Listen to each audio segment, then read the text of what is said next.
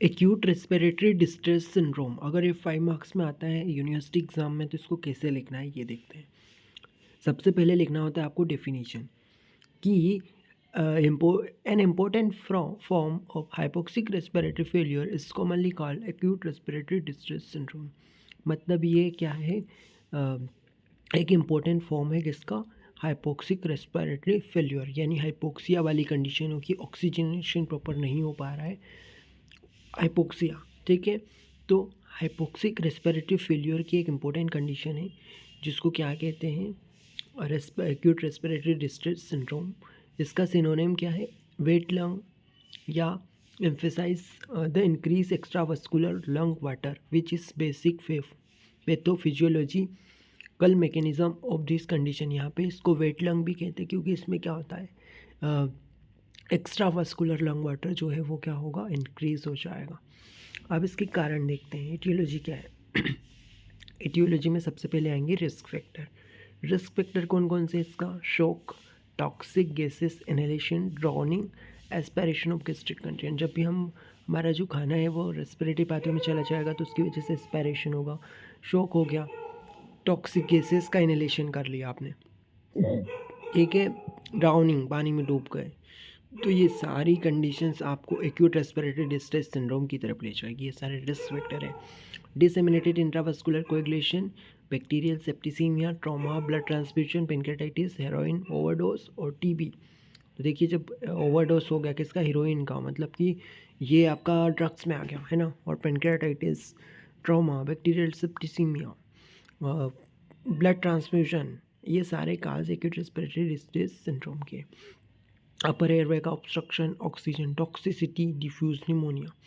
Pathogenesis and pathophysiology क्या कहती है, adult respiratory distress syndrome is initiated by an insult injury to capillary epithelium और alveolar endothelium.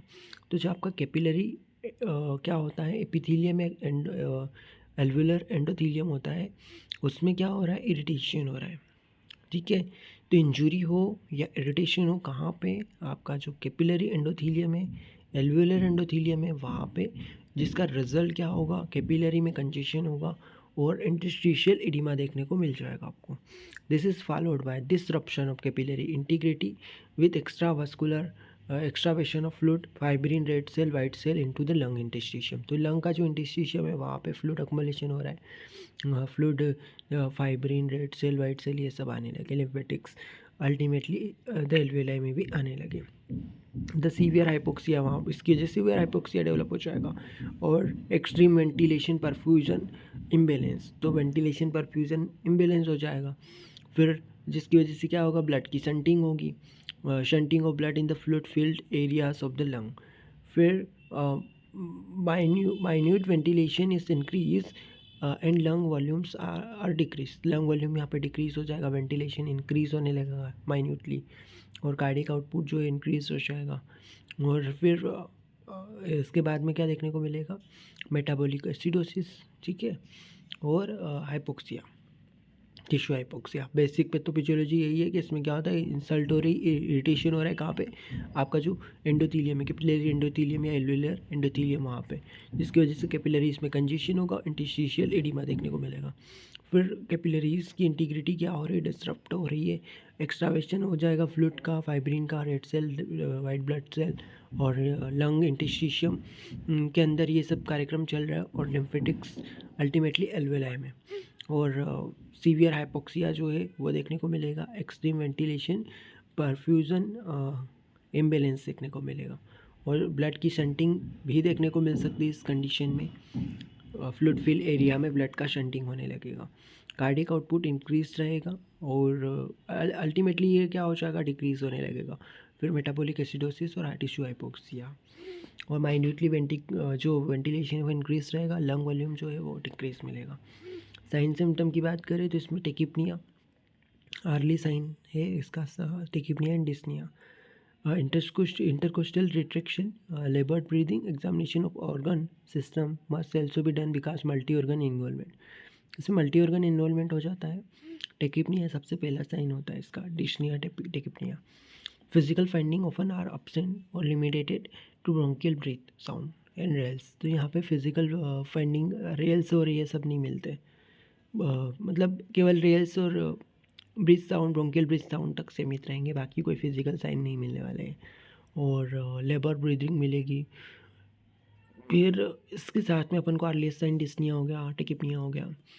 Chest x ray कराएंगे तो वहाँ पे patchy diffuse bilateral puffy infiltration, minute ventilation is increase, lung volume decrease, cardiac output increase, although terminally it may be decrease, और and be accompanied by metabolic acidosis and hypoxia. इसका डेरी किससे बनाना है? पल्मोनरी एडिमा से, क्योंकि इसमें भी फ्लूइड अक्युमुलेट हो रहा है, उसमें भी होता है। अच्छा, ट्रीटमेंट क्या करोगे? Oxygenation. Ultimate goal of therapy is to provide the adequate tissue oxygenation.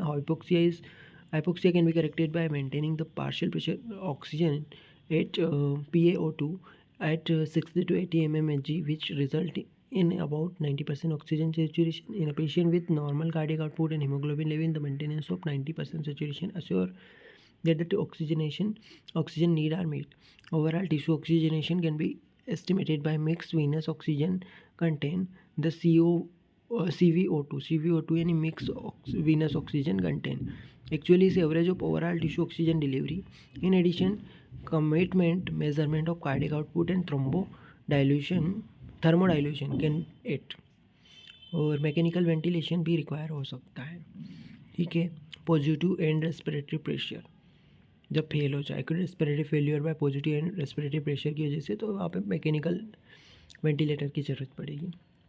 Other major में अपन क्या मैनेज भी करेंगे? मॉनिटरिंग करेंगे ऑक्सीजनेशन को, टिश्यू ऑक्सीजन डिलीवरी करेंगे, और इसके साथ में होम्योपैथिक मेडिसिन में क्या एकोनाइट देते हैं। Aconite state of fear, anxiety, anguish of mind, body, physical and mental restlessness, fright most characteristic feature aconite का। एकोनाइट के सिम्टम्स सडन आएंगे, वायलेंट आएंगे, फीवर के साथ आएंगे, कांस्टेंट प्रेशर रहेगा लेफ्ट चेस्ट में, oppress breathing, at least motion, hoarse dry, croupy cough, loud labour breathing, child grasp at the throat every time he cough, very sensitive to inspire air, shortness of breath, ये सारे एकोनाइट के हो गए। लैरिंग्स भी sensitive होता है।